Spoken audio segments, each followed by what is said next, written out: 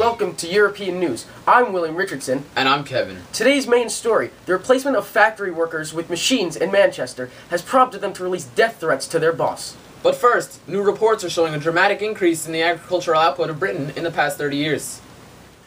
You may remember the late Jethro Tull, an agricultural innovator whose ideas were the source of much controversy. Now, many years after his death, we can definitively say that many of them were great advances in food production. The use of the seed drills he invented and the iron plows he advocated have allowed for fields to be more thoroughly planted with a lesser need for fallow lands. In the past several decades, Britain has witnessed unprecedented growth in farm production per worker. The needs of a growing population can now be satisfied. Alright, Kevin, coming up next is a report on the London foundling homes. But first, here's a brief message from our sponsors. Hi, I'm James Hargrove, the inventor of the spinning jenny, which spins multiple threads at the same time. Sounds great, doesn't it? But don't take my word for it, because I'm going door to door to show you how much people love it.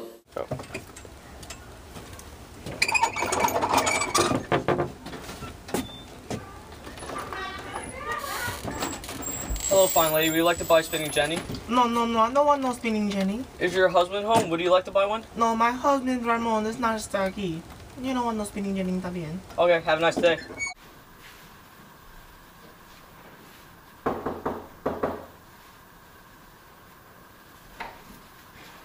Hi, would you like to buy spinning jennies, a great new way to recon textiles? Sure, I'd love one. Okay, thank you. As you can see, spinning jennies are a popular and efficient way to spin cotton. Don't miss out, buy yours today. Hello and welcome back to European News. Now, here's our hideous reporter with rapidly decreasing self-esteem, Samuel J. Jackson, with the scoop on the London foundling home. For many years, the London foundling home has taken in abandoned children from all over Europe who are in dire need of care. Due to a lack of sufficient funds, the home has been forced to close its doors on many of these children. The London foundling home has moved to a lottery system to determine who can be taken into the home. Only a select few will be randomly chosen and taken care of until they are of age to be on their own. Many children who don't get into the home will be faced with death, disease, and hunger because of the harsh living conditions in Europe. With the rise in food prices, parents will not be able to feed their children. In these hard times, it is very bad news to hear that the home is unable to afford to house more children. Next, we are going to go over to our field reporter, Francis Jameson, in Russia, where he'll be interviewing the leader of the Peasants' Rebellion. But first, here is Ollie Williams with a report on a recent arrest. This is Ollie Williams reporting on the arrest of a Parisian man. He was arrested for dressing in a manner unbefitting of a social status. As you all probably know, there are dress codes for each social class to establish the social hierarchy. Here is the video of the man being arrested.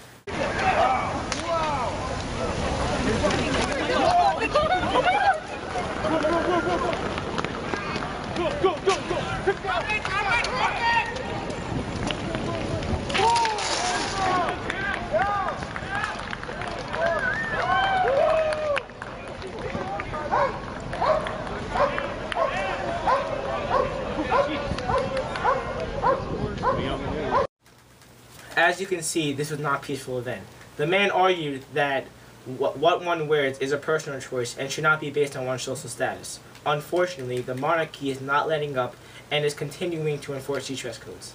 The man is currently being detained by authorities. Authorities will not comment on this matter, so it is unknown when he will be let out. We here at European News hope these conflicts will end soon. I am here right now with the leader of the Peasant Rebellion, Mr. Pugachev. Hi, Mr. Pugachev. How's everything going with you? Great, my peasants are killing out there, and it looks like we're winning this one. What is exactly going on out there? Well, we are rebelling against the nobility, and as you can see, we're rampaging through towns and villages. What is your reason for all this destruction? The peasants were being crushed under the laws of Catherine and Peter. Peter started with giving the whole villages to the favored nobles. Then, Catherine the Great expanded it by confirming the authority of the nobles over their serfs in exchange for the landowner's political cooperation. What are you trying to achieve from this rebellion? We are looking to help the peasants because the nobility are currently taking advantage of them, which needs to end immediately. Can you be more specific? I promise the serfs land of their own and freedom from their lords. We hope for an improvement in unfair prices, feudal duels, changes in the methods of payment or the land use, and extraordinary landlords. I wish you the best luck. Thank you. Alright, thanks Francis. We're going to take a short commercial break, but don't go anywhere because we'll be right back. Hi, James Watt here. Are you tired of using wind and water-powered engines, which frankly aren't good in all seasons? Well, boy, do I have the solution for you. The steam engine. It's portable, it's easy, and it's fun. I used to use the wind and water-powered engines as much as the next guy, but this steam engine, let me tell you, it is fantastic. Now powered with new, updated cylinders, it's better than ever. Use it to move your corn, eggs, and buckets of cash, because with the new steam engine, you'll be saving buckets of cash. Buy a steam engine today! Welcome back to European news. Textile printers are protesting against their Manchester manufacturers. They are unhappy with the machines being used to replace them. We here at European News have received a letter from them threatening their boss.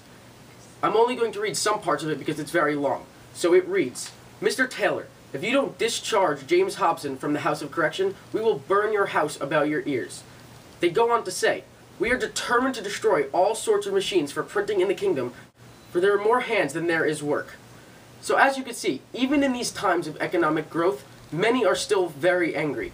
The question stands, are any of us safe from these dangerous laborers?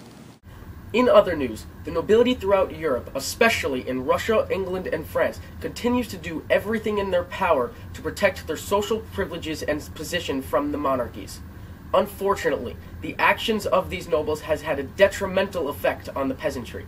In Russia, Catherine the Great has recently passed the Charter on the Nobility. This legally defines the privileges and rights of the nobles in exchange for their agreement to willingly serve the state. We have received the Charter here, and it states, the noble privileges of transmitting noble status to a nobleman's wife and children, the judicial protection of noble rights and property, complete power over the peasantry, and exemption from personal taxes are secured as of the agreement of the nobles to voluntarily serve the state. All these privileges for nobles have long been present in society. This provides the first legal backing for such rights. This is a major step for nobles, especially in terms of dominating the peasantry. Nobles have also dramatically increased rent taxes and are now collecting long-forgotten feudal dues. The British and French monarchies have reported that the nobility is infesting Parliament and the French courts. Apparently, they plan on using these institutions to resist the power of the monarchies.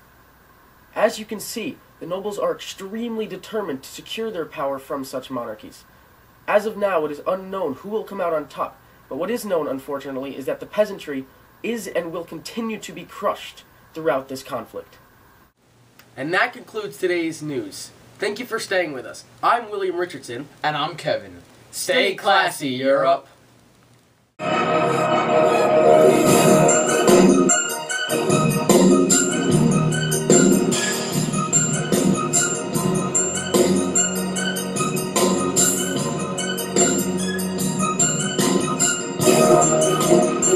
Thank you.